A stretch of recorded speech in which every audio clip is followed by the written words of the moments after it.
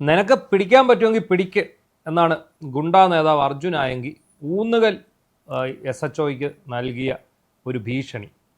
അതിന് ചെന്നിത്തല വയ്യാതെ തന്നെ ഒരു മറുപടി കൊടുത്തിട്ടുണ്ട്. അതെ, ആഭ്യന്തരമന്ത്രി തന്നെ നേരിട്ട് മറുപടി കൊടുത്തിരിക്കുന്നു. എൻ്റെ പോലീസിനെ തൊടുന്നോടാ എന്നുള്ള അർത്ഥത്തിൽ.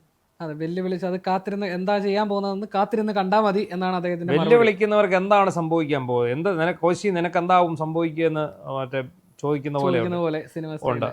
എന്തായാലും അർജുൻ ആയങ്കിയുടെ വെല്ലുവിളിയിൽ രണ്ട് കാര്യങ്ങളാണ് വ്യക്തം. ഒന്നുകിൽ അർജുൻ ആയങ്കി ഭയന്നിട്ടാണ് ഈ വെല്ലുവിളിക്കുന്നത്, അതല്ലെങ്കിൽ അയാൾ രണ്ടും കൽപ്പിച്ചാണ്. ഇത് രണ്ടിലേതെങ്കിലും ഒന്നാണ് അതിനകത്ത് സംഭവിച്ചിട്ടുള്ളത്. നമ്മൾ രാവിലെ ഇതൊന്ന് ചർച്ച ചെയ്തതാണ് ആ വിഷയം, അർജുൻ ആയങ്കിയുടെ വിഷയം. പക്ഷേ അതിന് ചെന്നിത്തല നൽകിയ മറുപടി ഒരു വലിയ സൂചനയിലേക്കാണ് വിരൽ ചൂണ്ടുന്നത്. അത് ആ മറുപടിയിൽ നിന്ന് ഒരുപാട് കാര്യങ്ങൾ വായിക്കാനുണ്ട് അല്ലേ?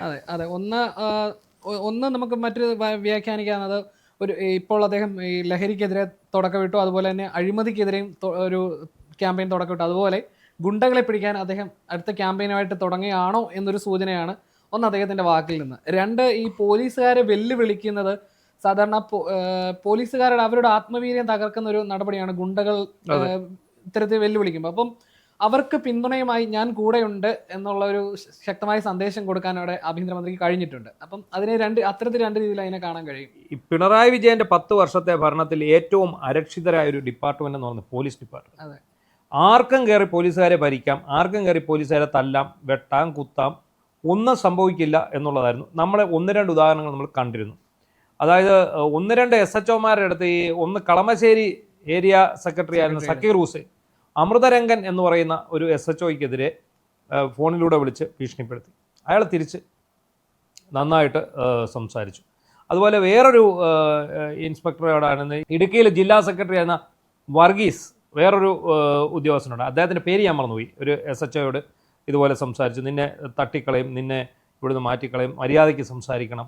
അയാൾ പറഞ്ഞു, നിന്നെ ഞാൻ എന്താ അങ്ങോട്ട് സ്ഥലം മാറ്റി, എന്നെ എങ്ങോട്ട് സ്ഥലം മാറ്റിയത് എന്താ, ഞാൻ പഠിച്ചിട്ടാണ് ഈ ജോലി മേടിച്ചത്, ഞാൻ കഷ്ടപ്പെട്ട് പഠിച്ചു മേടിച്ച ജോലിയാണ്, നിങ്ങൾ എന്നെ എങ്ങോട്ട് മാറ്റിയായിരിക്കും കുഴപ്പമില്ല, എൻ്റെ നിലപാടിനനുസരിച്ച് ഞാൻ നിൽക്കൂ എന്ന് പറഞ്ഞ് അങ്ങനെ ആ കാലഘട്ടത്തിൽ ഒരുപാട് SHOമാർ ഇവർക്കെതിരെ പറയാൻ തയ്യാറായിരുന്നു. പക്ഷെ അവരെ ആരെയും ഇവർ വെച്ച് പൊറിപ്പിക്കാൻ തയ്യാറായിട്ടില്ല എന്നുള്ളതാണ് അന്നത്തെ കാലത്ത്. പിന്നെ ഏറ്റവും അരക്ഷിതരായിരുന്നു അവർ. അരക്ഷിതരെന്ന് പറഞ്ഞാൽ MR അജിത് കുമാർ എന്ന് പറയുന്ന ADGP, ക്രമസമാധാന ചുമതല ADGPയുടെ കീഴിൽ അയാളുടെ കൊട്ടേഷൻ പണികൾ നടപ്പിലാക്കുക എന്നുള്ളതായിരുന്നു പോലീസിൻ്റെ പ്രത്യേകമായിട്ടുള്ള ഡ്യൂട്ടി എന്ന് പറയുന്നത്. അയാളുടെ വിളിച്ച് രാവിലെ ഓരോ കൊട്ടേഷൻ കൊടുക്കും, നീ അവിടെ പോയി ഇന്നയാളെ പിടിക്കൂ. എന്തോ ആരെങ്കിലുമൊക്കെ P ശശി മുഖേന വിളിച്ച് പറയും, ഒന്നുകിൽ പ്രേമ കേസ് അല്ലെങ്കിൽ വസ്തു തർക്ക കേസ്. ഇതിലൊക്കെ ഈ പോലീസിനെ ഇടപെടുത്തുകയാണ്. ഈ പോലീസ് ഇടപെട്ട് കഴിഞ്ഞു അവസാനം ഈ ആൾക്കാർ കോടതി മുഖേന പോലീസിനെതിരെ നീങ്ങിക്കഴിയുമ്പോഴാണ് ഈ ഉദ്യോഗസ്ഥന് മനസ്സിലാകുന്നത് ഞങ്ങൾ പെട്ടുപോയിരുന്നു. ഇപ്പോൾ ഏറ്റവും വലിയ ഉദാഹരണം എന്താ, നമ്മുടെ ആലപ്പുഴയിലെ രക്ഷാപ്രവർത്തന കേസ് അന്വേഷിച്ച പോലീസ് ഉദ്യോഗസ്ഥർക്ക് പണിയായില്ലേ, അവർക്കെല്ലാം എതിരെ വകുപ്പ് തല നടപടിയായി. പിന്നെ നമ്മൾ കണ്ടതൊന്ന് ഈ ലുലു മാളി വെച്ച് ഒരു പോലീസുകാരനെയും സഹോദരിയെയും കൂടി ഇവർ ആക്രമിക്കാൻ ശ്രമിച്ചത്. അതുപോലെ തന്നെ തിരുവനന്തപുരത്ത് തന്നെയാണ് ഒരു പോലീസ് SHOയുടെ വണ്ടിയുടെ ഡോർ വലിച്ചു തുറന്നിട്ട് ഡിവൈഎഫ്ഐക്കാർ തെറി തന്നെ വിളിക്കുന്നത്. പോലീസ് സ്റ്റേഷനിൽ കയറി SIയുടെ തൊപ്പി എടുത്ത് വെച്ചുകൊണ്ടിരുന്ന സംഭവം ഈ ഭരണകാലത്ത് ആണ് ഉണ്ടായത്. എന്ന് വെച്ചാൽ ഞാൻ പറഞ്ഞു തന്നത് എന്താണെന്ന് ചോദിച്ചാൽ ഏറ്റവും അരക്ഷിതമായ ഒരു മേഖലയായിരുന്നു പോലീസ്. അതായത് അവരാണ് നിയമം പാലിക്കാനായിട്ട് നിയോഗിക്കപ്പെട്ടവർ, പക്ഷേ അവരുടെ അവസ്ഥ കൊണ്ട് അതിനെ അവരെ കൊണ്ട് കഴിയാത്തൊരു സാഹചര്യം. അല്ല, ചോട്ട CPM നേതാക്കൾ, DYFI നേതാക്കൾ വന്ന് പച്ച തെറി വിളിക്കുമ്പോൾ DYSPമാരൊക്കെ ഇങ്ങനെ മിണ്ടാതെ നിൽക്കുന്ന ഞാൻ കണ്ടിട്ടുണ്ട്. ഇവർ മിണ്ടാതെ നിൽക്കുന്ന കണ്ടുണ്ട്, ഇവർക്ക് ഭയമാണ്. ആ ഒരു ഭയം മാറിയെങ്കിൽ മാത്രമേ ഈ ഗുണ്ടകളെ അമർച്ച ചെയ്യാൻ പറ്റൂ. അന്ന് ഗുണ്ടകളെ പിടിക്കാൻ പറ്റില്ല, കാരണം പകുതി ഗുണ്ടകൾ CPMന്റെ ആളുകളാണ്. പകുതി ഗുണ്ടകളെന്നല്ല, ഗുണ്ടകളെന്ന് പറഞ്ഞാൽ CPM ആയിരുന്നു. പിന്നെ ഈ ഗുണ്ടാപ്പണി മറ്റു പാർട്ടിയിൽ നിന്ന് നടക്കത്തില്ലെന്ന് വന്നപ്പോൾ CPMലോട്ട് ചേർന്ന ഒരുപാട് പേരുണ്ട്. പത്തനംതിട്ടയിലെ ഒരു ഉദാഹരണം, പത്തനംതിട്ടയിലാണ് ഏറ്റവും കൂടുതൽ. അതായത് ആരോഗ്യമന്ത്രിയായിരുന്ന വീണ ജോർജാണ് കാപ്പ കേസ് പ്രതിക്ക് മാലയിട്ട് സ്വീകരിച്ചത്. എന്നിട്ട് അന്നത്തെ അവിടുത്തെ ജില്ലാ സെക്രട്ടറിയുടെ വിശദീകരണം വലിയ ന്യായമായിരുന്നു. അയാൾ കുഴപ്പക്കാരനായിരുന്നു, പക്ഷെ ഞങ്ങളുടെ കൂടെ വന്നപ്പോൾ അയാളുടെ കുഴപ്പമൊക്കെ വരുന്നത് അടുത്ത ആഴ്ച വീണ്ടും അവനകത്തായി. അതായത് നമ്മൾ ഈ തമാശ രൂപേണ പറയേണ്ട മാമോദീസ മുങ്ങി ആള് ക്ലീൻ ആയി എന്ന് പറയുന്ന പോലത്തെ പ്രക്രിയ അതായിരുന്നു അങ്ങേരുടെ വാദം. അതെ, അവരുടെ എല്ലാ വാദവും അന്ന് തന്നെ പൊളിയുന്ന നമ്മൾ കണ്ടു. ഇതുപോലെ കാപ്പ കേസ് പ്രതിയെ കൊണ്ടുവന്നു, അവൻ പിറ്റേന്ന് ഇവരുടെ കൂട്ടത്തിലുള്ളവരെ തന്നെ അടിച്ചു. അതുപോലെ വേറൊരുത്തൻ 3-ാമത്തെ ദിവസം കഞ്ചാവുമായിട്ട് പിടിയില്ലായി. ഈ വന്ന കൂട്ടത്തിലുള്ളവർ അങ്ങനെ ലോകത്ത് എവിടെയൊക്കെ ക്രിമിനൽസ് ഉണ്ടോ, ഈ പിന്നെ ലഹരി മരുന്ന് വിൽപ്പനക്കാരുണ്ടോ, അവരെ എല്ലാം രണ്ട് കൈയും നീട്ടി ഇന്ന് സ്വീകരിക്കുന്ന ഒരു നിലപാടായിരുന്നു അന്നുണ്ടായിരുന്നത്. അപ്പോൾ ആ പോലീസുകാർ പോലും ഇവരുമായിട്ട് സന്ധി ചെയ്തു പോകേണ്ട ഒരു അവസ്ഥയിലേക്കായിരുന്നു അന്നത്തെ കാര്യങ്ങൾ വന്നത്. ഇപ്പോൾ അത് മാറി. ആ ഒരു മാറ്റം വരും എന്നുള്ളൊരു സൂചനയാണ് ഇന്നിപ്പം രമേശ് ചെന്നിത്തല കൊടുത്തത്. നിനക്ക് പിടിക്കാൻ പറ്റുമെങ്കിൽ പിടിക്കട എന്ന് പറഞ്ഞപ്പം രമേശ് ചെന്നിത്തല എന്തുകൊണ്ടാണ് പറഞ്ഞത്? വെല്ലുവിളിച്ചവനൊക്കെ എന്താണ് സംഭവിക്കാൻ പോകുന്നതെന്ന് കാണിച്ചു തരാമെന്നാണ് പറഞ്ഞത്. ഇപ്പം നമുക്കറിയാം, ആദ്യം രമേശ് ചെന്നിത്തല ആഭ്യന്തരമന്ത്രിയാകുമ്പോൾ, അതായത് ഉമ്മൻചാണ്ടി സർക്കാരിൽ ആഭ്യന്തരമന്ത്രിയാകുമ്പോൾ അദ്ദേഹത്തിൻ്റെ ഏറ്റവും കയ്യടി കിട്ടിയ ഒരു പരിപാടിയായിരുന്നു ഓപ്പറേഷൻ കുബേര. ഈ ഓപ്പറേഷൻ കുബേര ഞാനിപ്പോഴും ഓർക്കുന്നുണ്ട്. പന്തളത്ത് ഒരു ഓപ്പറേഷൻ കുബേര നടത്തുന്ന ഒരു കക്ഷിയുടെ വീട് റെയ്ഡ് ചെയ്തപ്പം അവിടുത്തെ പന്തളത്ത് അമ്പലത്തിൽ പിന്നെ ദേവസ്വം ബോർഡിൻ്റെ ഒരു ആധാരം അവൻ്റെ അവിടെ ആരണ്ടോട്ട് പണയം വെച്ചിരിക്കുക.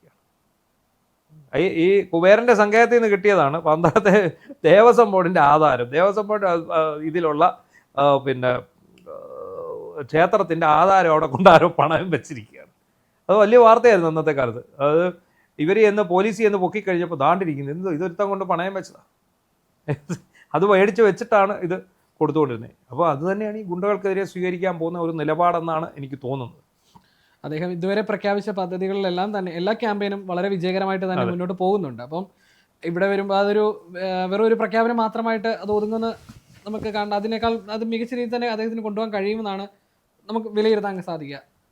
ഈ ഓപ്പറേഷൻ തൂഫാൻ തുടങ്ങിയപ്പോൾ തന്നെ ഞങ്ങളന്ന് ഇവിടെ ചർച്ച ചെയ്തപ്പോൾ തന്നെ നമ്മൾ പറഞ്ഞിരുന്ന ഒരു കാര്യമുണ്ട്. ഈ ഓപ്പറേഷൻ തൂഫാൻ പൂർണ്ണമായും വിജയിക്കണമെങ്കിൽ ഈ ഗുണ്ടകളെ അമർച്ച ചെയ്യാനുള്ള ഒരു നിയമം കൂടി കൊണ്ടുവരണം. ഇവരെ തൂത്തുപെറുക്കി യുവമാരെ മൊത്തം പെറുക്കി അകത്താക്കി കഴിഞ്ഞാൽ, ഇവരെ എല്ലാം കയ്യോടെ പൊക്കി കഴിഞ്ഞാൽ ഇവിടുത്തെ 90% ലഹരി മരുന്ന് വിൽപ്പന നിൽക്കും. പൂർണ്ണമായിട്ട് നമുക്ക് ഒരിക്കലും നിർത്താൻ പറ്റില്ല. കാരണം അതിങ്ങനെ ഏതൊക്കെയൊക്കെ വഴിയിലൂടെ വന്നുകൊണ്ടേയിരിക്കും. എല്ലാ വഴിയും അടച്ച് നമുക്ക് മുന്നോട്ട് പോകാൻ പറ്റില്ല. പിന്നെ ഇപ്പോൾ പോലീസും ഭരണമൊക്കെ മാറിയതോടെ ഡിവൈഎഫ്ഐയുടെ ഗുണ്ടകൾ, അതുപോലെ CPM-ൻ്റെ ഗുണ്ടകളൊക്കെ ഇപ്പം അല്പം ഒതുങ്ങി നിൽക്കുകയാണ്. ഇവരെയൊക്കെ പിടിക്കും എന്നൊരു തോന്നൽ ഇവർക്ക് വന്നിട്ടുണ്ട്. ഇപ്പം അർജുൻ ആയങ്കിക്ക് എനിക്ക് തോന്നുന്നു ഭരണം മാറിയതിൻ്റെ ആ ഒരു എഫക്റ്റ് മനസ്സിലായിട്ടുണ്ടോ അതോ മനസ്സിലാകാഞ്ഞിട്ടാണോ അയാൾ ഈ വെല്ലുവിളിച്ചത് എന്നുള്ളതാണ് അതിനകത്തെ ഒരു പ്രധാനപ്പെട്ട കാര്യം. ഇപ്പം ഈ കൂട്ടത്തിൽ തന്നെ സംശയം, നീ അങ്ങനെ കേരളം വിട്ടോ എന്നൊരു ചോദ്യമുണ്ട്. കാരണം കേരളം വിട്ടിട്ട് ഇനി പുറത്തെവിടെയെങ്കിലും ഇരുന്നാണ് ഒരുപക്ഷെ വെല്ലുവിളി നടത്തുന്നതെന്ന് ചിന്തിക്കേണ്ടിയിരിക്കുന്നു. അല്ല, ഇനിയിപ്പോൾ അയാൾ പോകാനുള്ളത് സുപ്രീം കോടതിയിലാണ്.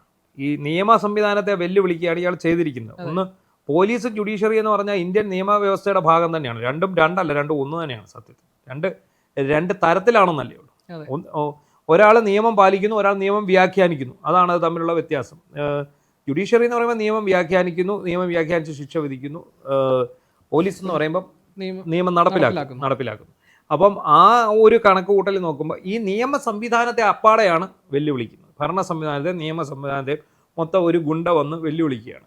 അങ്ങനെയുള്ള ഒരു ഗുണ്ടയ്ക്ക് ഒരു കോടതിയിൽ നിന്നും മുൻകൂർ ജാമ്യമോ കിട്ടത്തില്ല. ഇപ്പം ഇയാൾ ഭീഷണിപ്പെടുത്തിയ കോതമംഗലം SHO ആയിരുന്നു. കോതമംഗലം SHO ഇവർ പിണറായി സർക്കാർ ഭരിക്കുമ്പോഴാണ് ഇവനെ തൂക്കി അകത്തിടുന്നതെന്ന് ഓർത്തോളൂ. ഇവരെ പിടിച്ചുകൊണ്ട് പോകുന്നത് പിണറായി സർക്കാർ ഭരിക്കുമ്പോഴാണ്, അല്ലാതെ കോൺഗ്രസ് ഭരിക്കുമ്പോഴല്ല. അതിനുശേഷമാണ് ഇയാൾ അവരുടെ സുഹൃത്തുക്കൾക്കൊക്കെ ഈ പല വിഷയങ്ങളുണ്ടായപ്പോഴാണ് അയാളത് ആ രീതിയിലേക്ക് തിരിച്ചു കൊണ്ടുപോയത്. അങ്ങനെയാണ് സംഭവിച്ചത്. അതെ, ഇപ്പോൾ ഇതിനകത്ത് നമ്മൾ ഈ പറയേണ്ട ഈ ചെന്നിത്തലയുടെ ഈ പ്രതികരണം തന്നെ അദ്ദേഹം ഒട്ടും വൈകിയില്ല മറുപടി കൊടുക്കാനായിട്ട്. കാരണം നമ്മൾ പോസ്റ്റ് വന്നു, എത്രയ്ക്ക് അത് വാർത്തയായി, അദ്ദേഹം ഉടനടി തന്നെ പ്രതികരിച്ചു. അപ്പം സ്വാഭാവികമായിട്ട് ഇതിൽ പോലീസുകാർക്ക് കിട്ടുന്നൊരു ആത്മധൈര്യം അത് നമ്മൾ എടുത്തു പറയുന്നത്. നമ്മൾ മുമ്പേ പറഞ്ഞ പോലെ തന്നെ ഇതിനകത്ത് ആരുമില്ല എന്ന് തോന്നുമ്പോഴാണ് ഗുണ്ടകൾ കഴിഞ്ഞാടാൻ ഒരു വേദി ഉണ്ടാകുക, അതിനുള്ള സാഹചര്യം ഉണ്ടാകുക. ഇവിടെ ഇത്തരത്തില് പോലീസ് അതിന് അനുവദിക്കുന്നില്ല എന്നുള്ളൊരു സന്ദേശം കിട്ടുമ്പോൾ തന്നെ പകുതിയിലധികം പേരെങ്കിലും ഒതുങ്ങിക്കഴിയും. അവിടെയാണ് ഞാൻ പറഞ്ഞല്ലോ, കഴിഞ്ഞ സർക്കാരിൻ്റെ കാലത്ത് എന്താണ് സംഭവിച്ചതെന്ന് ചോദിച്ചാൽ ഈ അജിത് കുമാർ പോലീസിനെ ഹൈജാക്ക് ചെയ്യും. അതോടുകൂടിയാണ് ഈ പോലീസ് സേന തകർന്നത്. ഈ പിണറായി വിജയൻ്റെ ഭരണം അവസാനിക്കാൻ, അല്ലെ ജനം ഇതുപോലെ ഇത്രയും മാരകമായ രീതിയിൽ അയാളെ തൂത്തെറിയാനുള്ള പ്രധാന കാരണം എന്താണെന്നറിയാമോ? ഈ പോലീസ് നയമാണ്. പോലീസ് നയം കൊണ്ട് കള്ളക്കേസുകൾ ധാരാളം എടുക്കുന്നു. ഗുണ്ടകൾക്കെതിരെ പരാതി കൊടുത്താൽ ഗുണ്ടകളെ വിളിച്ച്, പിന്നെ ഓർക്കുന്നുണ്ടോ അന്ന് ഗുണ്ടകൾ എങ്ങനെയായിരുന്നു ഇവിടെ ആഘോഷിച്ചുകൊണ്ടിരുന്നത്? റോഡിന്റെ നടുക്ക് വണ്ടി കൊണ്ടിട്ടിട്ട് കേക്ക് മുറിക്കുന്നു.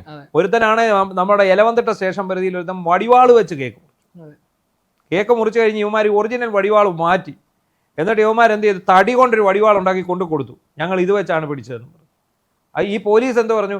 ഇത് തടി കൊണ്ടുള്ളതാണ്. എങ്കിൽ പോലും ഈ വടിവാൾ പോലൊരു സാധനം ഇത് ഇനി ഡമ്മി ആയിക്കോട്ടെ, അതുകൊണ്ടുള്ള ഒരു സൂചന എന്താണ്?